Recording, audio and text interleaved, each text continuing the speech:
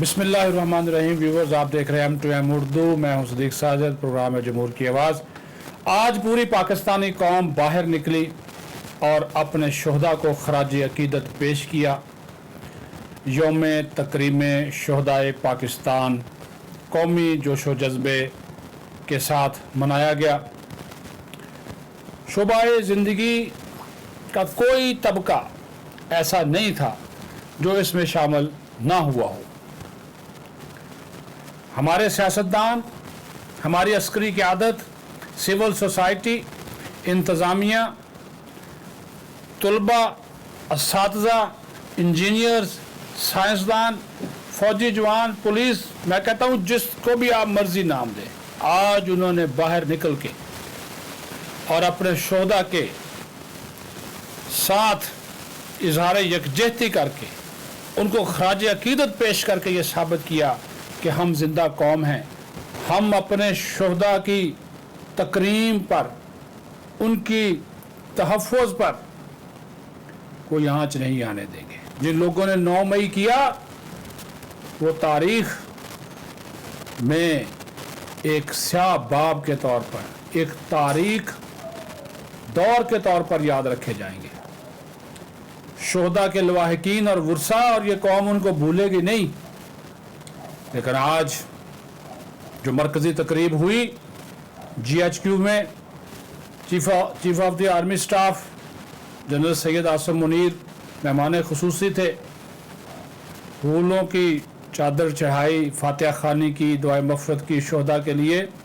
फिर हमने वो देखा कि कोई शोबाए ज़िंदगी से रखने वाला तबका ऐसा नहीं था जो वहाँ पे मौजूद नहीं था। हमने वहाँ पे देखा साबिक़ chief of army staff general retired Qamar Javed Bajwa, general retired Nadeem Raza, veterans की नुमाइंदगी की।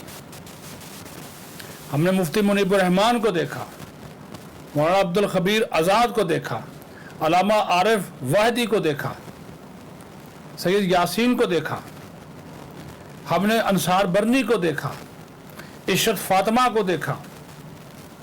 हमने वहाँ पर DG ANF, RPO Rawalpindi, IG Islamabad, फिर साथ ही साथ हमारे कौमी क्रिकेट टीम के कप्तान बाबर आजम और उनके साथ मोहम्मद रिजवान, उन्होंने भी फूलों की चादर चढ़ाई। मकसद ये था, एक पैगाम दिया गया पूरी कौम को। फिर सबसे बड़ी बात, शोहदा के वारिस, लवाहिकीन और शोहदा के बच्चे, स्कूल के बच्चे जिनके साथ आर्मी चीफ बाद में मिले भी, उनके सरों पे दस्ते शफ़क़त रखा, उनको सलूट पेश किया और उनको यकीन दिलाया कि पूरी कौम आपके साथ है। शोहदा को हम भूलेंगे नहीं। शोहदा हमारे हीरोज़, कौमी हीरो असासा हैं और ज़िंदा कौमें अपने शोहदा को भुलाया नहीं करती। और उन्होंने कहा कि ये जो कुछ हुआ ये आइंदा नहीं होने दिया जाएगा। फिर आपने देखा तमाम फार्मेशंस में कोर कमांडर्स ने कौमी परचम बुलंद किया, यादगार शोहदा पर हाज़िरी दी, दुआए मग़फ़िरत की शोहदा के लिए, फातिहा खाने की, लवाहिकीन से मिले, शोहदा के लवाहिकीन से मिले, चाहे वो पुलिस का हो, रेंजर, FC, फ़ौज, तमाम कोर कमांडर्स। क्या मकसद क्या था कि सिर्फ याद किया जाए और याद दिलाया जाए उन गुमराह अनासर को जिन्होंने 9 मई किया और इस कौम के शोहदा को नीचे दिखाने की कोशिश की। ऐसे अनासर अपने अज़ाइम में किसी सूरत कामयाब नहीं होंगे। फिर वज़ीर आज़म पेशावर गए, रेडियो पाकिस्तान की तबाहशुदा इमारत का दौरा किया, उन्होंने वहाँ पे शोहदा को खराज अकीदत पेश किया, उन्होंने वहाँ पे तकरीब में शिरकत की।